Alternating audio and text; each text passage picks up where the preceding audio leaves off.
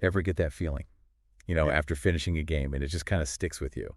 Not just the fun of it, but like something deeper. Oh, absolutely. That's what we're diving into today, the whole idea of video games as art. Okay. We're cracking open a PDF from a listener, Video.pdf. It's their own take on what makes a game a good game. Great. I like it. Think of this deep dive as your cheat sheet to their perspective. Yeah.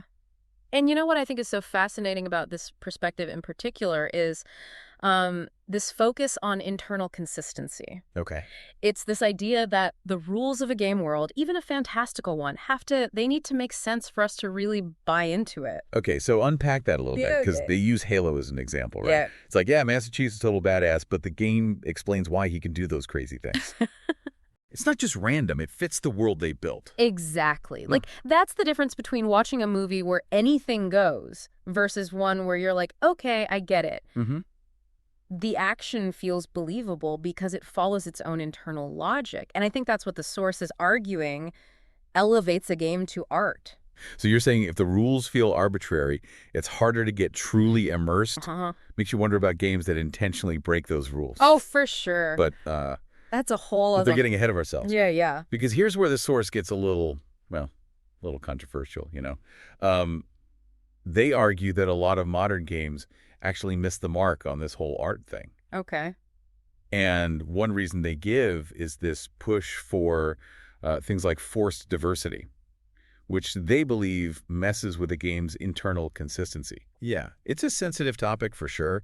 And, big disclaimer here, this is just one person's viewpoint. Yeah. We're not here to say if it's right or wrong, but to understand their argument. Right. So they're basically saying that, if a game's story doesn't gel with its characters or mechanics, it's like this jarring experience. I see. Like listening to a song where the instruments are totally clashing. Yeah. And they use the example of like having a female character in, say, a hardcore military shooter. Okay. They're claiming it creates this dissonance that pulls you out of the experience. Uh-huh. Now, whether you agree with that specific example or not, and I know it's a loaded one, it highlights a bigger debate about representation in games, right? Yes. How much does seeing yourself reflected in a game matter to you? Has it ever made a difference in how much you enjoyed something? Hit us up in the comments, because that's a whole other deep dive waiting to happen. Right. But back to our source. They seem to believe that this push for certain types of representation, along with things like easier difficulty settings, can sometimes come at the cost of a game's artistic vision. Interesting. Yeah, and they tie it back to their core argument about internal consistency.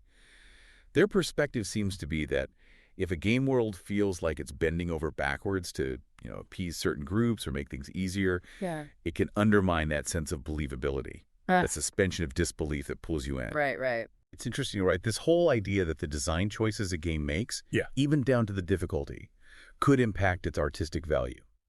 What do you think? Have you ever bounced off a game because it felt too easy, like the stakes weren't high enough? Yeah, I mean, it's definitely a thought-provoking argument, and I think this is where the source's own perspective seems to, really color their analysis. They draw this parallel between, like, the challenges players overcome in games. Yeah. Strategizing, grinding for XP, that sense of accomplishment, and what they see as, core tenets of a more, shall we say, conservative worldview. So they're connecting the act of gaming itself, that sense of individual effort and reward, to a particular political philosophy. Yeah. That's a pretty bold claim to make. It is. And it's definitely one, again, full disclosure, we're not here to endorse any particular viewpoint, but to unpack this idea. So they seem to be arguing that the very nature of gaming at its core aligns with certain values, right? Self-reliance, overcoming adversity, that sort of thing.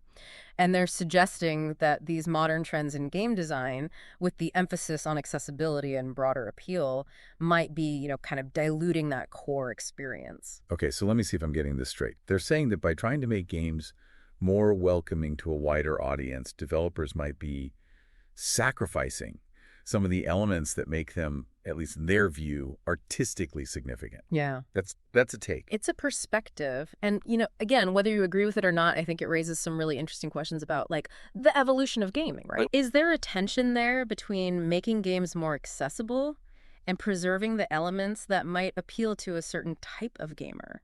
Or a certain worldview. Yeah, I mean, it makes you think about the games that have really resonated with you on a deeper level. Were those the games that, really challenged you, pushed you to your limits? Or were they the games that provided a more relaxed, maybe even more inclusive experience? Yeah. Something to ponder. Absolutely. And to be fair to the source, they do acknowledge that not every game needs to be this grand artistic statement. For sure. Right. There's room for pure, unadulterated fun, too. Oh, absolutely. Yeah. Sometimes you just want to zone out and blast some zombies. Exactly. No deep thoughts required. All right. But I think what they're getting at is there's a difference between a game that's simply fun and a game that sticks with you, that makes you think differently about the world, or even about yourself. Precisely. And, they argue that those transcendent gaming experiences, they often hinge on that same element we talked about earlier, that internal consistency. Right. It's not enough for a game to have amazing graphics or, innovative gameplay. Those elements need to feel purposeful, connected to a larger vision. Like you can have all the ingredients for an amazing meal, but if they don't work together, it's not going to be a satisfying dish. It's about creating an experience that feels whole, cohesive. But that makes me wonder, if this internal consistency is so crucial, what about games that kind of play with our expectations? The ones that go for surreal experiences or tell stories in these abstract ways. Do those just not fit in? See, that's where this gets even more interesting. Yeah. Because the source is giving us this framework, right? But like any framework, it has its limits. So maybe these more unconventional games, they're almost like pushing us to broaden how we even see internal consistency. So it's not just about whether a game world makes logical sense on its own terms, but how it plays with our expectations of what a game should be. Right. Think about a game like Undertale. I mean, it totally flips the script on classic RPGs. It's using those familiar mechanics, but to make you think about choice and the nature of playing games in the first place. Or Journey.